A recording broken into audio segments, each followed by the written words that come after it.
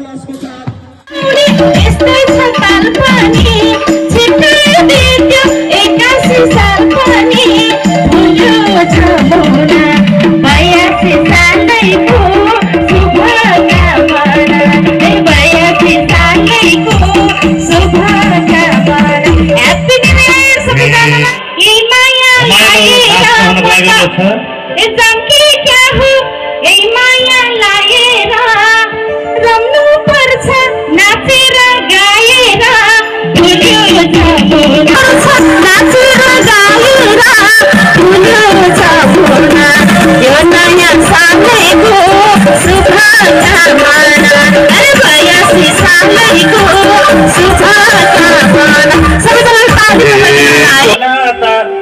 अनिल थापा खाली छन् त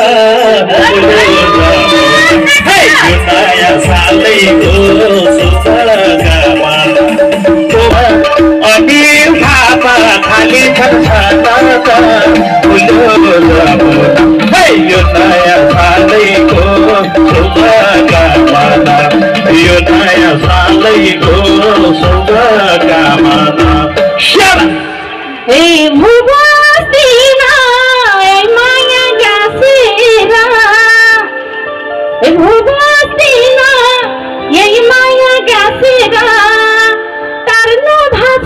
मुसुक्के हाँसेरा भुलेको जाऊला यो नयाँ सालैको।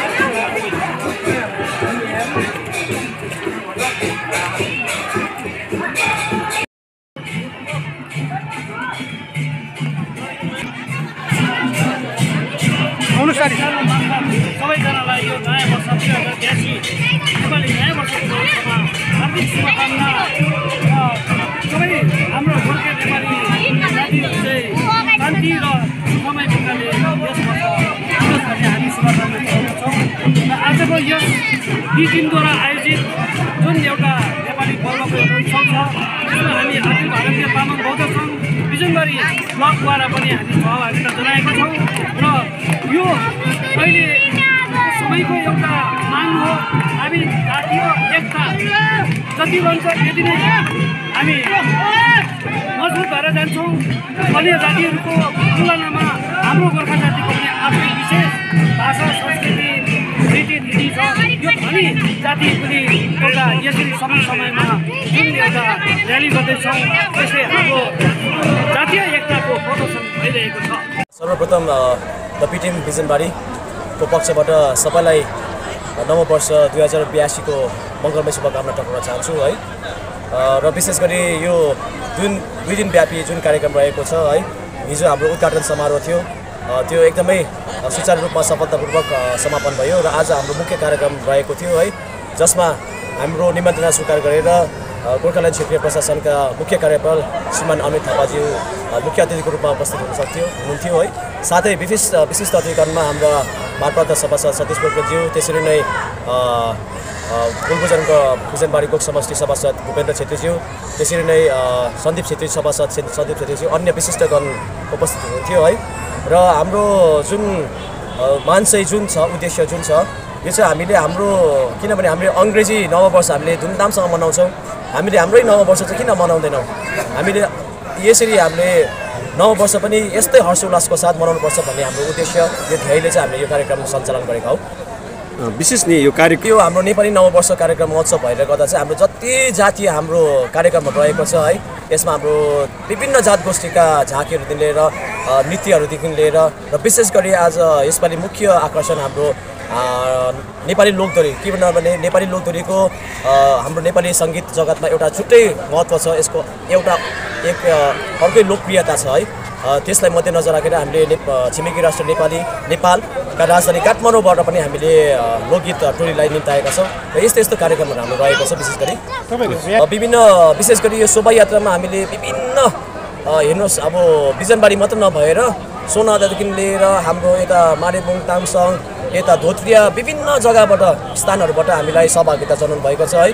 र विशेष गरी शोभायात्रा हाम्रो बिजनबारी खेल मैदानबाट सुरु भएर यो बजार परिक्रमा हुँदै, चन्द्रपुर ग्राम हुँदै, पुलबजार ग्राम हुँदै र लास्टमा गएर बिजनबारी खेल मैदानमा हामीले शोभायात्रालाई टुङ्गाएका छौँ। गराइदिनुहोस् न। विशेष यो चाहिँ हाम्रो विशेष गरी के हो भन्दा चाहिँ हामीले हाम्रो जुन जातीय चाडपर्व छ, संस्कृति छ, कला छ, त्यसलाई जगेरा गर्न हेतु हाम्रो उद्देश्य रहेको छ है। र विशेष गरी हाम्रो जुन आउने भाइ बहिनीहरू छ उहाँलाई पनि हामीले पथ निर्देश गर्न चाहेका हौँ। विशेष मुख्य उद्देश्य चाहिँ हाम्रो त्यही रहेको छ। जुन प्रकारले यो एक्सेप्ट गरिरहेको के लाग्छ? विशेष गरी हामी आयोजक समितिको पक्ष हामी आफै नै एकदमै गर्वान्वित महसुस गरिरहेका छौँ। हामी एकदमै प्रफुल्लित छौँ, किनभने जुन प्रकारले हाम्रो प्रतिक्रियाहरू आइरहेको छ है, त्यो प्रतिक्रियाहरू एकदमै सकारात्मक छ र आउने दिनमा हामीले यसलाई अझै भव्य रूप दिने हाम्रो जमर्को छ है। र जुन प्रकारको प्रतिक्रिया आइरहेको छ त्यो प्रतिक्रियाहरू देख्दा हामी एकदमै खुसी छौँ।